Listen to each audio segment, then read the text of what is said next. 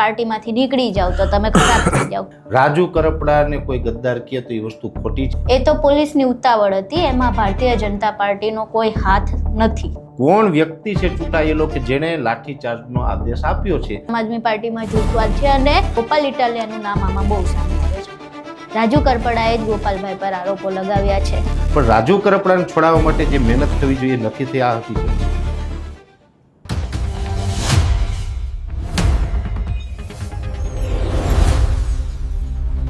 પાર્ટીમાંથી નીકળી જાવ તો તમે ખરાબ થઈ જાવ.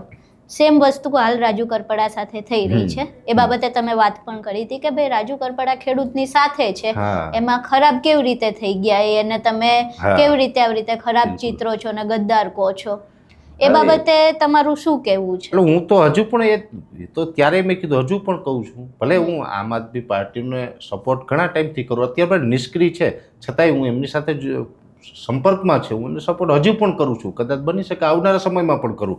એનો મતલબ એવો થોડોક છે કે બધી વાતમાં હું હા પાડું. રાજુ કરપડાની બાબત છે એની અંદર હું સ્પષ્ટપણે કહું છું, રાજુ કરપડાને કોઈ ગદ્દાર કહે તો એ વસ્તુ ખોટી છે. એની આમ આદમી પાર્ટી છોડી, એની ખેડૂતોને નથી છોડ્યા. ખેડૂત માટે તો હજી પણ કહે છે કે મારે કામ કરવું છે, એ ના કરે તે દિવસે આપણે કહેવાય. અને ગદ્દાર કોને કહેવાય? ખેડૂતના કંઈ એવું કંઈ ખરું કે કોઈ સરકારે 500 કરોડની યોજના જાહેર કરેલી હતી, રાજુ કરપડાએ એના ખિચાબ નાખી લીધી, એવું ક્યાંય બન્યું? તો ગદ્દાર કહેવા પડે આપણે. રાજુ કરપડાએ લઈ શું લીધું? નથી કોઈ સરકાર પાસેથી લઈ લીધું, નથી ખેડૂત પાસેથી લઈ લીધું, નથી આમ આદમી પાર્ટી પાસેથી કાંઈ લીધું, કોઈ પાસેથી કાંઈ લીધું? કાંઈ નથી લીધું. એ માણસ આમ આદમી પાર્ટીમાં હતા, હવે એને નથી અનુકૂળ તો નીકળી ગયા. એમાં ગદ્દાર ક્યાં થઈ ગયા છે? હું તો એમ કહું કે હજી પણ રાજુ કરપડા છે એ જે પણ જગ્યાએ જાય ખેડૂતનું સારું કરે તો એમાં ખોટું કંઈ નથી. રાજુ કરપડાની વાત કરી. રાજુ કરપડાનું એક નિવેદન એક મીડિયા સમક્ષ એમણે એવું આપ્યું હતું કે હળદરમાં જે આંદોલન થયું એ કડદા આંદોલન પછી એવા દ્રશ્યો સામે આવ્યા હતા કે પોલીસે ખેડૂતોને ઘરમાંથી કાઢીને માર્યા છે. એ બાબતે રાજુ કરપડાનું જેલમાંથી બહાર આવ્યા બાદ એવું નિવેદન આવ્યું કે એ તો પોલીસની ઉતાવળ હતી, એમાં ભારતીય જનતા પાર્ટીનો કોઈ હાથ નથી. તમે એવું ના કહી શકો. તમે રાજુ કરપડાના નિવેદન વિશે શું માનો છો? પહેલી વાત, એ નિવેદન મેં નથી સાંભળ્યું, પણ એટલું કહું છું કે જો સરકારનો વાંક ના હોય અને પોલીસે લાઠીચાર્જ કર્યો હોય તો પોલીસ એની રીતે નિર્ણય લે તો એની ઉપર તપાસ થવી જોઈએ. હું તો એમ કહું સરકારનો ફોલ્ટ હોય તો સરકારને અને પોલીસનો ફોલ્ટ હોય તો પોલીસને. જેણે પણ લાઠીચાર્જ કરાવ્યો ને એને કાયદેસર સજા થવી જોઈએ. કેમ કે ખેડૂત છે એ જગતના તાજ છે. તમે જગતનો તાજ જ્યારે પોતાની માંગ લઈ અને બોટાદ કે હળદર ગામની અંદર જે એકઠા થયા હોય તો એની ઉપર લાઠી વરસાવવી એ યોગ્ય તો નથી. માની લઈએ કે સરકારનો વાંક ન હોય ને કદાચ પોલીસે એની રીતે નિર્ણય લીધો હોય તો એ પોલીસ તંત્ર ઉપર પણ કાર્યવાહી થવી જોઈએ અને સરકારનો વાંક હોય તો સરકાર ઉપર પણ કાર્ય. જે તે કોઈ વ્યક્તિ હશે, સરકાર એટલે કોણ? ત્યાં પણ બેઠેલો વ્યક્તિ ને કોઈ આદેશ કરનાર. એમ કે સરકારનો આદેશ છે, પણ સરકાર નામનું કોઈ અસ્તિત્વ ખરું? આપણે બધા માની લઈએ કે ચૂંટાઈને ગયા તો આપણે બધા સરકાર, જે ચૂંટાઈને ગયા સત્તામાં એ બધા સરકાર. એટલે હવે એમાં કોણ વ્યક્તિ છે ચૂંટાયેલો કે જેણે લાઠીચાર્જનો આદેશ આપ્યો છે? જે વ્યક્તિ આદેશ આપ્યો હોય એને સજા થવી જોઈએ અને એને આદેશ ન આપ્યો હોય ને કોઈ પોલીસ અધિકારીએ ડાયરેક્ટ લાઠીચાર્જ કર્યો તો એને પણ સજા થવી જોઈએ, આવું મારું માનવું છે. તમને આમાં કોઈ રાજકારણનો હસ્તક્ષેપ લાગે છે પોલીસ લાઠીચાર્જમાં? એના વિશે મેં અભ્યાસ નથી કર્યો એટલે ન કહી શકું. કર્યો તો બિલકુલ કહી શકે, પણ હવે લાઠીચાર્જ શું કામ થયો ને એ મહત્વનું છે, એક સંશોધનનો વિષય છે અને લાઠીચાર્જ થયો ને એ દુઃખદ છે. દેશનો ખેડૂત જેને આપણે જગતનો તાત કહીએ છીએ, જગતના તાતને આપણે તુકારો કહીએ ને તો પણ એ બહુ મહાપાપ છે. એની જગ્યાએ તમે લાઠી મારો છો, બર્બરતા કરો છો, એ વસ્તુ ખોટું. લાઠીચાર્જને હું ક્યારેય સમર્થન ના આપી શકું. જે પણ હોય એ બધું ખોટું થયું છે. જે રાજીનામા આપે એના પર હોબાળા થાય. હવે એમાં જો આપણે કહીએ તો હોબાળા મોટા ભાગે એવા નેતાઓ પર થાય જે લોકોની વચ્ચે હોય, મોટા નેતા હોય, જેમનાથી ફરક પડતો હોય. જેમ કે રાજુ કરપડાએ રાજીનામું આપ્યું તો કડદા આંદોલનમાં એમણે ખેડૂતોનો પ્રમુખતાથી પ્રશ્ન ઉઠાવ્યો હતો, એટલે સામાન્ય જનતાને પણ ઝટકો લાગે, મીડિયા તરીકે અમને પણ ઝટકો લાગે, કારણ કે 108 દિવસ કોઈ નાની આંકડો નથી જેલમાં રહેવાનો અને પછી રાજીનામું આપવું મોટી વસ્તુ છે. બીજી વસ્તુ તમે કીધું કે પ્રદેશ પ્રમુખ તરીકે ઈસુદાન ગઢવી સફળ છે, પણ હમણાં આમ આદમી પાર્ટીના બહુ રાજીનામા પડ્યા તો પડ્યા, પ્લસ જૂથવાદની વાત આમ આદમી પાર્ટીમાં સતત આવી રહી છે કે આમ આદમી પાર્ટીમાં જૂથવાદ છે, અને કોઈક સીધી રીતે કહે છે, કોઈક આડકતરી રીતે ગોપાલ ઇટાલિયાનું નામ આમાં બહુ સામે આવે છે. તો જૂથવાદની વાતો થાય છે, હવે શું કામ થાય છે મને ખબર નથી. હું નૈતિકતાથી જવાબ આપું. હું જો હોત ને જેવું હોય ને એવું કહેવાનો માણસ છે, એ પછી કોઈ પણ હોય. આમ આદમી પાર્ટીમાં જૂથવાદ નથી, આ ચોક્કસપણે મારું માનવું. મને એક પણ જગ્યાએ જૂથવાદ મને નથી દેખાણો, કેમ કે મેં અંદરથી જોયું છે.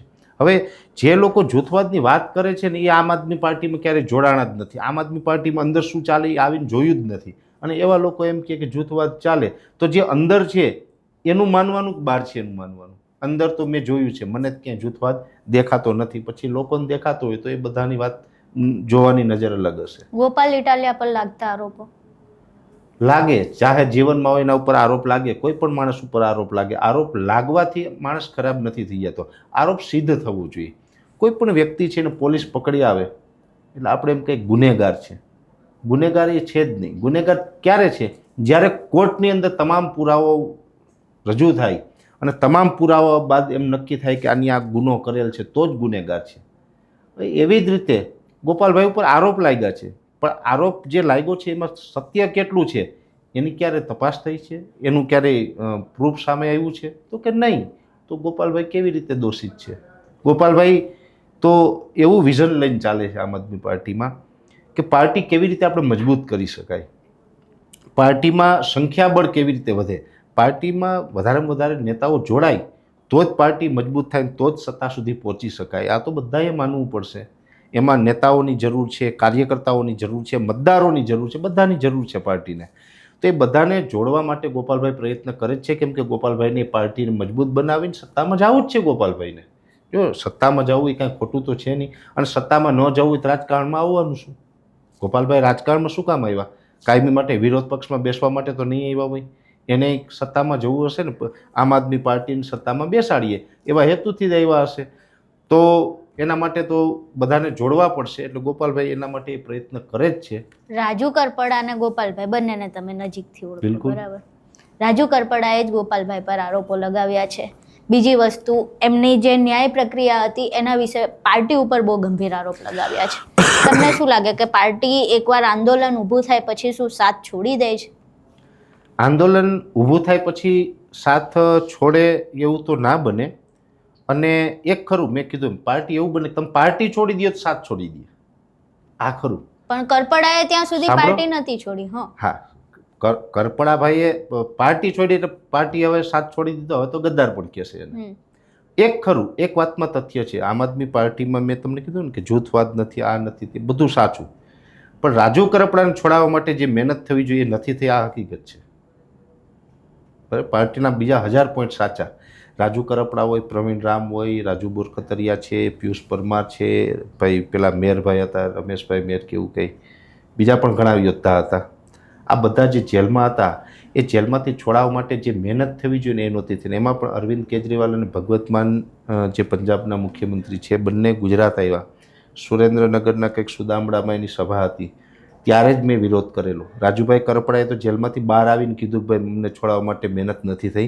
મેં તો એ જેલમાં હતા ત્યારે જ મેં જાહેર મીડિયાના મારફતે મેં મારું સ્ટેટમેન્ટ આપેલું હતું કે રાજુભાઈ કરપડા અને પ્રવીણભાઈ રામ જેવા અને બીજા અન્ય જે નેતાઓ જેલમાં છે એને છોડાવવા માટે જે થવું જોઈએ એ કાર્યવાહી નથી થતી. ને અરવિંદ કેજરીવાલ અને ભગવત માન છે એ ગુજરાતમાં આવીને 27ની ચૂંટણીની વાતો કરે છે, એટલે આ ખોટું છે, આવું ન થવું જોઈએ. એ વાત ત્યારે પણ મેં કરેલી હતી. અને હું પહેલો વ્યક્તિ એવું છે પાર્ટી સાથે જોડાયેલો છે, છતાં શ્રેષ્ઠ નેતૃત્વને જે પણ એની ભૂલ હતી મેં જાહેર મીડિયાના મારફતે કીધું હતું. આમ આદમી પાર્ટીમાં તમે પ્રવીણ રામની ઉપર વધુ વિશ્વાસ કરો એવું દેખાય. હા, બિલકુલ. બીજું કોઈ, એક તો પ્રવીણ રામ વિશે તમે શું માનો છો? કારણ કે કરદા આંદોલન વખતે રાજુ કરપડા અને પ્રવીણ રામ બંને જેલમાં ગયા હતા, બંને ખેડૂતો વિશે પ્રશ્ન ઉઠાવ્યા હતા, બંનેના હવે રસ્તા અલગ થઈ ગયા છે. એક તો પ્રવીણ રામ વિશે તમારું શું માનવું છે? એમનું ભવિષ્ય તમને શું દેખાય છે આમ આદમી પાર્ટીમાં કે ગુજરાતના રાજકારણમાં? અને આમ આદમી પાર્ટીમાં તમને પ્રવીણ રામ સિવાય બીજા વિશ્વાસુ નેતા કોણ લાગે છે? આમ આદમી પાર્ટીમાં આમ તો બધા વિશ્વાસુ જ છે, એમાં કોઈ અવિશ્વાસુ હોય એવું છે જ નહીં. પણ જ્યારે પ્રવીણ રામનું તમે વ્યક્તિગત પૂછ્યું છે તો એક પ્રવીણ રામ છે ને એ ભણેલો ગણેલો માણસ છે, યુવાન છે, જુઝારૂ છે, અને એ કાંઈક કરી શકે એવી ક્ષમતા છે એની આગળ, એની પાસે આવડત છે, ટેલેન્ટ છે. અને એકદમ ઈમાનદાર માણસ છે અને લડાકુ માણસ છે. આવા જુજારુ માણસ ચૂંટાઈને વિધાનસભામાં જાય ને તો ચોક્કસથી લોકોનું સારું થાય, જનતાનું સારું થાય, દેશનું સારું થાય. એટલે પ્રવીણ રામ જેવા માણસો છે ને ચૂંટાવા જ જોઈએ. અને પ્રવીણ રામ પણ રાજકારણમાં છે એટલે ક્યારેય ને ક્યારેય તો કોઈ પણ પ્રકારની ચૂંટણી લડશે જ. પછી કંઈ ક્યાં લડે તો સમય બતાવશે. તાલુકા પંચાયત લડે કે જિલ્લા પંચાયત લડે, વિધાનસભા લડે, લોકસભા લડે. લોકતંત્રની અંદર અનેક પ્રકારની ચૂંટણી આવે, કોઈ પણ ચૂંટણી લડશે એ મને વિશ્વાસ છે. એ જીતશે પણ અને આવનારા સમયમાં બહુ મોટા નેતા બનશે, આવું મારું માનવું છે વ્યક્તિગત.